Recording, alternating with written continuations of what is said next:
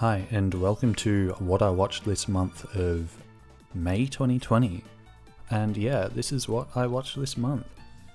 So first off, I watched Brick, and the first major thing I remember about it is the dialogue and the delivery of it.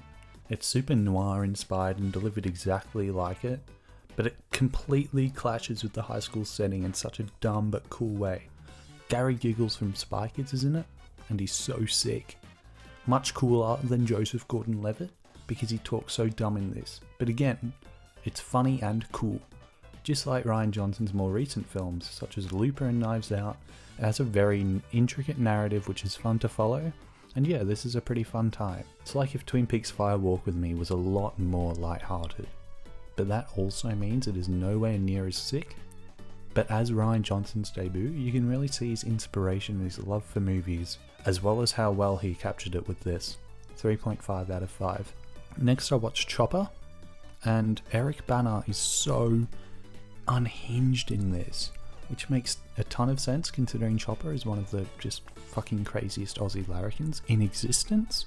But yeah, this is pretty mad. I don't know if it's better because I'm Australian, so I have this context of Chopper being a cult icon, but I feel like it's just so unhinged and just crazy that most audiences would enjoy it.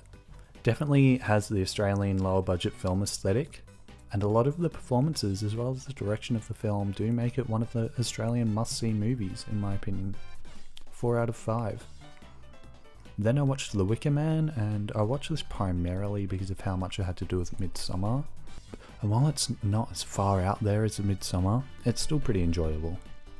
I feel like the protagonist was not as cool or as likeable as he should have been, and you kind of feel sorry for the local people he's badgering throughout the movie, even though he has reason to. But the high point of this movie is definitely the ending with the eponymous Wicker Man. Is eponymous even the right word? And it's got a pre-Tim Burton Charlie and the Chocolate Factory Christopher Lee in it too, and he's pretty cool in it. 3.5 out of 5. Then I watched We Need to Talk About Kevin, and this is just fucked. Lynne Ramsay, Tilda Swinton and John C. Reilly just kill it. It's mental as, it's fucked as, and it just had me in a trance throughout the whole runtime because of how engagingly the narrative is framed, and just everything about it's great in my opinion. 5 out of 5. And then I watched Vice, and I was so disappointed by it.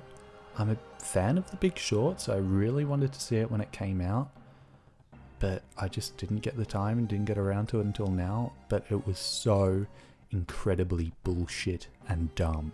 It frames itself as one thing but can't commit to that, and ends up being another thing. Jesse Plemons is the narrator, and the one time you see him in the movie is when he gets run over for no reason, and I'm not sure whether it was just a shit gag or whether it was for shock value, because it's just out of fucking nowhere and makes no sense and is so stupid.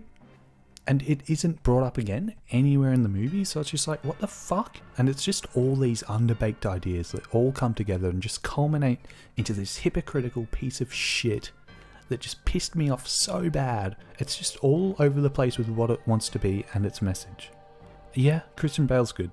Alison Pill gets her gay representation after Scott Pilgrim get rid of gay Kim Pine, and it's funny seeing Sam Rockwell as George Bush. But it certainly wasn't worth just the bullshit I had to put up with throughout the movie's runtime. 2 out of 5. Then I watched Run, Lola Run, and it's sort of like Scott Pilgrim's ending sequence. But if it was the whole movie, and with Lizzue McGuire animation, and if it was German. It's got some sick costuming, and it's a pretty fun movie because of how gamey it is, and it's got a cool soundtrack, and it's a fun time. 3.5 out of 5. Then I watched the Texas Chainsaw Massacre, and I think that the best thing about this was definitely the atmosphere that it had right up until it just became repetitive with all the killings and the girl running away from Leatherface. It had so much going for it, with all the mystery that was surrounding all the skin and bones around the house, and just the implications that that had for the characters. But as soon as it became a slasher, it just lost me, probably because slashers aren't exactly my thing. But it's just, I don't know, it just gets boring. And overall, I had a positive time with it.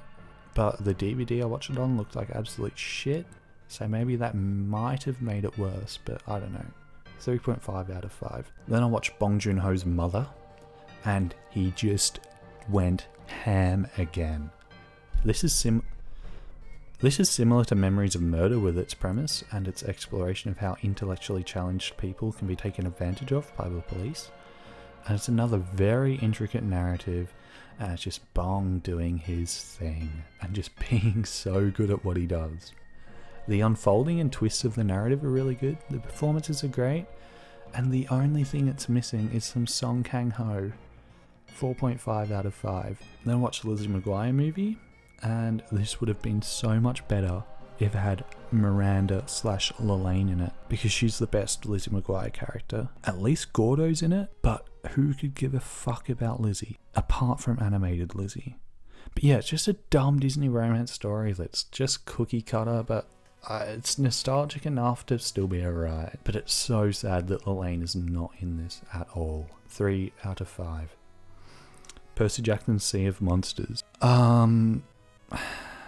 This is funny because it killed the franchise that was already dead to begin with, but it is so bad. It is so bad, and it's sad to watch. And I don't know if this can't be adapted or not, or if the books were shit to begin with.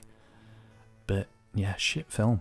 1 out of 5. Then I watched The Raging Bull as a palate cleanse, and it's just Scorsese doing the same thing again, but he does it well enough that it doesn't really matter and it's still enjoyable. 4 out of 5. Then I watched Good Morning by Ozu. I didn't think it could be so good, but it is. And it's so wholesome and nice and happy. And I don't know, it's like Totoro, but better. I don't know, it's just like this slice of life Miyazaki kind of thing, but done 40 years earlier. And it's really, really good. And it's making me happy just thinking about it.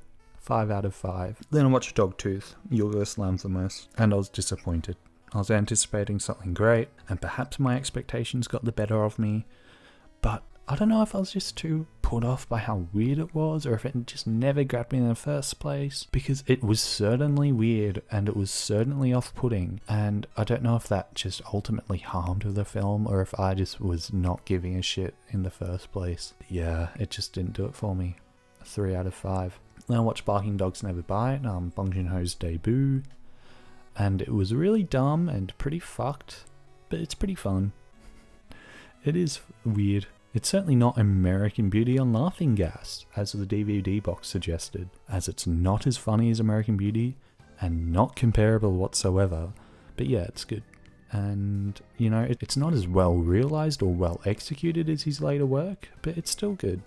3.5 out of 5. And then I watched Okja, and this is some of the best and most true vegan propaganda I've ever seen. It's just so get fucked animal agriculture, and it's so good at it. It's got an absolutely stacked cast, consisting of people such as Tilda Swinton, Jake Gyllenhaal, Paul Dano, Roderick Rules, Lily Collins, and much, much more. Only criticisms I really have is that Paul Dano is way too fucking based in this, and not enough people have gone vegan because of it. And ethical vegetarians still exist, which is stupid, because you cannot ethically consume eggs and dairy, you idiots. And they don't save all the animals, which is sad, because they only save one, and it's like, it's just sad that they only save one. 5 out of 5.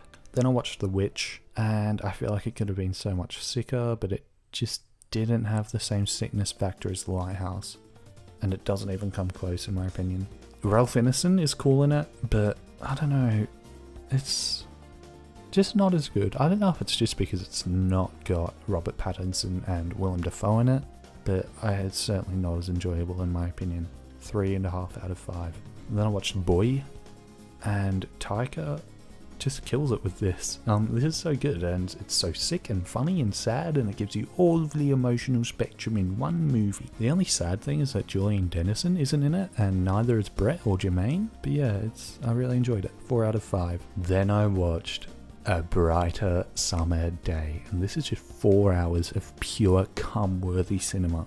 I barely knew anything about Edward Yang before this, but during, I just had so much respect and love for his movies and his ambition, because this is just crazy. It goes from depicting youth gangs, FOCO discipline and punishment, to being a dissertation on the fragile mentality of teenage boys and what happens when it all comes tumbling down. And yet there's still so much more. It's absolutely a masterpiece in all aspects, especially considering how engaging it continues to be over its 4-hour runtime. It's like a roided Kitano film mixed with like Taxi Driver, mixed with like End of Evangelion.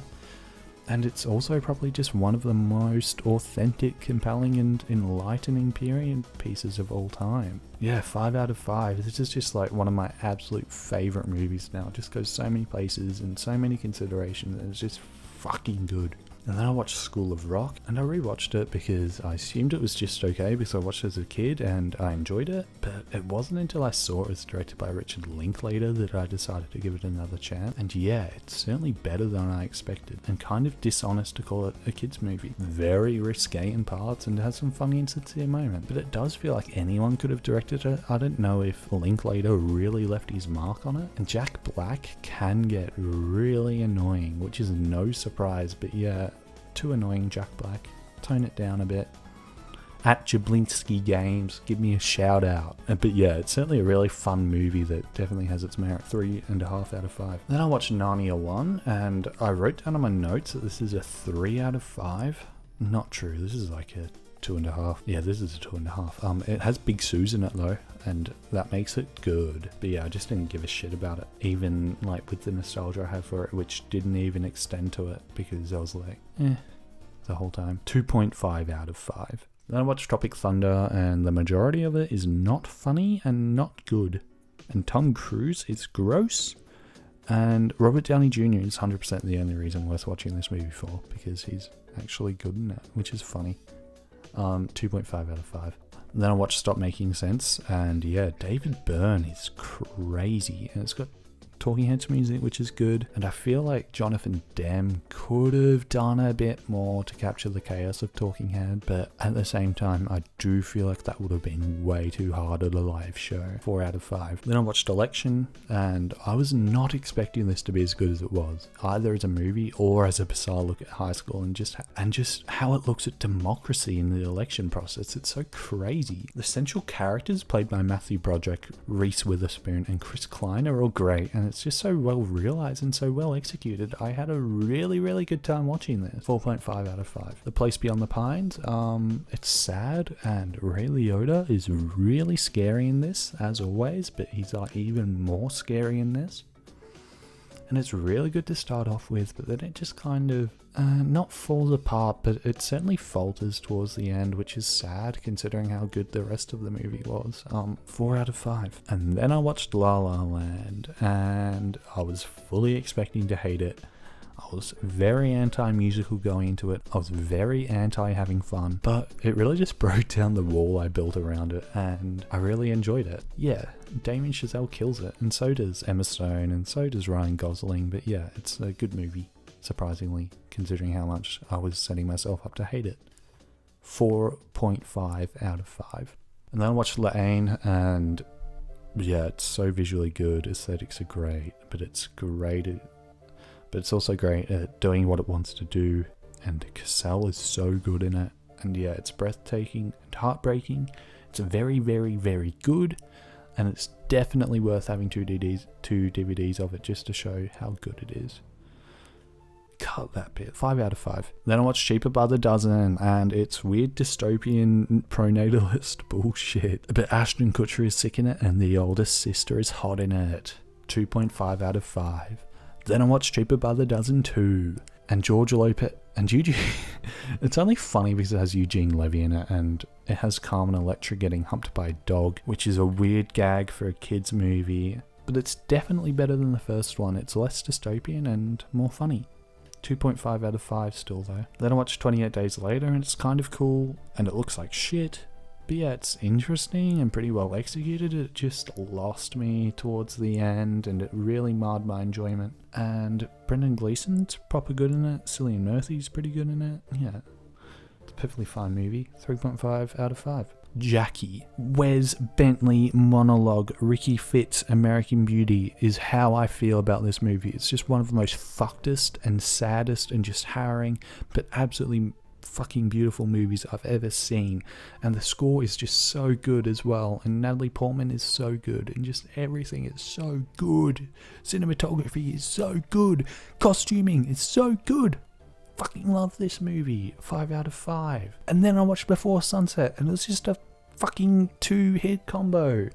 And it's hard to me to put into words just how this movie makes you feel. And just Before Trilogy is just one of the most insane things I've ever seen, and this is just so well executed, and it makes you feel like a third wheel, and it just makes you so nostalgic for the first movie, just as the characters do, and everything about it is just so understated that it makes it feel so real. But as soon as you remember you aren't watching some randomly filmed encounter, you just have so much appreciation for it, because you're like, how did they even do that? And it's just incredible. 5 out of 5. Then I watched Apocalypse Now, and it was really not as good as I was expecting. I am a founder of the movement that claims if you've watched Full Metal Jacket before Apocalypse Now, you just cannot see it as being as good as the majority of people say it is. And that is straight facts. Don't argue with me with that. 3.5 out of 5. Hearts of Darkness, a filmmaker's apocalypse. I don't care about how many issues Francis Ford Coppola had making the movie. I don't care. 3 out of 5. Squid and the Whale. It's so good. It's just so lighthearted and funny while being the exact opposite at the same time, and you don't even feel a sense of tonal dissonance. But yeah, this is my favourite Baumbach, and it just feels relatable and cool and fun. Plus, it has Kuma representation, which is always a plus. 5 out of 5. And then I watched Seven Samurai, and it's so cool and so sick, especially for 1954. You could basically make the same movie today and it would still be really good, which I'm sure someone has done. But yeah, Kurosawa killed it. 4.5 out of 5. Also my first Kurosawa, by the way. 8 Mile, it's got dumb rap battles, Eminem is stupid, and he has a dumb voice when he raps, and it just feels so dumb that this movie exists. Because it feels like there should have been so many more better stories about people in hip-hop, but they just had to make a movie about a white guy in order to make it more marketable. 3 out of 5. And I watched Moonlight, and going into it, I was expecting it to be just messed up, like cop killings and shit gonna happen, and I thought I was just gonna feel absolutely miserable the whole time watching it. But I'm very happy to say that that was not the case. It still has its bad/sad moments, but I was very happy that the ending was kind of positive. But other than that, yeah, I can't really say much because I feel like so much of this is like in my experience of watching it, so it's hard to talk about it, I feel. But yeah, I'm very excited to watch more Barry Jenkins movies. 4.5 out of 5. Undercover Brother. And it's actually funny and good. It's in the same vein as Austin Powers, with it being a riff on spy movies, but it's a bit more blaxploitation, which makes it fun and interesting. But yeah, this has a lot going for it, and while it is completely fucking stupid, it still says a lot about race relations, which is really fucking funny, considering how lightly the movie takes itself. 3.5 out of 5. Then I watched The Prestige, and it's just Nolan pulling his bullshit with a properly utilised Christian Bale and proper sick David Bowie. 4 out of 5. Then I watched Prisoners, and that's just Denis Villeneuve pulling his bullshit again, but it's just completely, I don't know, it's proper fucked. Yeah, it's fucked. 4.5 out of 5. And then I watched Confessions of a Dangerous Mind. And it's so weird that it's written by Charlie Kaufman, because it's so different and average compared to the rest of his movies. And yeah, you know how like every Charlie Kaufman movie's weird, but this one just is weird in a normal way. Like, it's painfully normal compared to the rest of his movies. And the Michael Cera scene is completely fucking disgusting, which is funny because it's Michael Cera. And George Clooney does well directing this, and Chuck Barris is interesting, and like Sam Rockwell does a good job. But yeah, it falls short a bit. 3.5 out of 5. Then I watched Battleship Potemkin, and this is really good for 1925. But class traders can get fucked. 4 out of 5. Then I watched Call Me By Your Name, and Peaches, Timothy Chalamet E-Boy. 5 out of 5. Then I watched Brokeback Mountain because I had a gay movie double feature. And yeah, it's not as completely fucked as I was expecting it to be, because I expected Heath Ledger to be full Chris Cooper in American Beauty and just be bashing cunts. And I was disappointed when it was just a romance story and not just Heath Ledger bashing people because of how repressed his homosexuality is. 4 out of 5. And then I watched Millennium Actress, and yeah, Satoshi Kon is just Chris Angel mind freak, but anime. Transitions are out of control. 4.5 out of 5. Then I watched First Man, and it was really disorienting, which really didn't pair well with Netflix bitrate issues. And yeah, it's definitely the weakest Chazelle I've seen. And yeah, I didn't really care a whole lot, but it was kind of cool, kind of interesting, pretty cool. 3.5 out of 5. Batman Begins, it's alright, 3 out of 5. Dark Knight Rises, it's not very good, 2.5 out of 5. Water Lilies, I'm scared to talk about this now that Cuties is in the conversation, but Celine Sciamma did really well with it. 4 out of 5. Then I watched Mid-90s, and it really didn't achieve the aesthetics that it should have had. Cinematography was way too refined for it, and I don't know why they didn't just shoot it on the same shit the Pro Skater 1 intro was filmed on. But yeah, Jonah Hill, do whatever you want, even if it makes your movie seem disingenuous. 3 out of 5. Daddy Longlegs, and this is kind of like if the Safdie brothers made a Baumbach film, and it works so well, and it's pretty fun, and it's funny in a sad way, and yeah, I really enjoyed it, even though the big mosquito is really scary.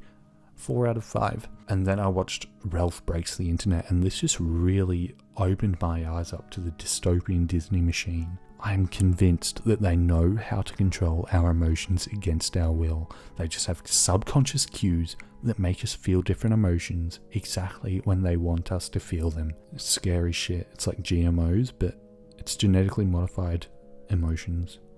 2.5 out of 5. Then I watched Casino, which is Scorsese doing his shit again, but getting too constipated, and you know, it's a bit hard for him to push it out after it gets like an hour and a half in, but yeah, that makes it a bit less good than it should be. 4 out of 5. Then I watched Sweeney Todd, and yeah, this is really surprisingly good and entertaining. I wasn't expecting to have the amount of fun I had with it. And Johnny Depp, Helena Bonham Carter, Alan Rickman, and Sacha Baron Cohen are really good in it. The songs are funny, if not a bit boring at times. But yeah, I feel like Tim Burton did really well with achieving its vision in a visual sense, and it's fun to see Tim Burton doing a bit more of an adult-oriented film, even though it's still funny and a musical. 3.5 out of 5. Yeah, so that's what I watched for May. My top 5 recommended for this month are A Brighter Summer Day, Good Morning Jackie, Before Sunset, and Call Me By Your Name. But yeah, there's still certainly a lot more great movies from this month that you should definitely watch. And place any of your recommendations in the comments below, and make sure to like and subscribe if you enjoyed the vid. And if you want to see what I watched when I watched it, follow me on Letterboxd at BigVegs. Thanks for watching.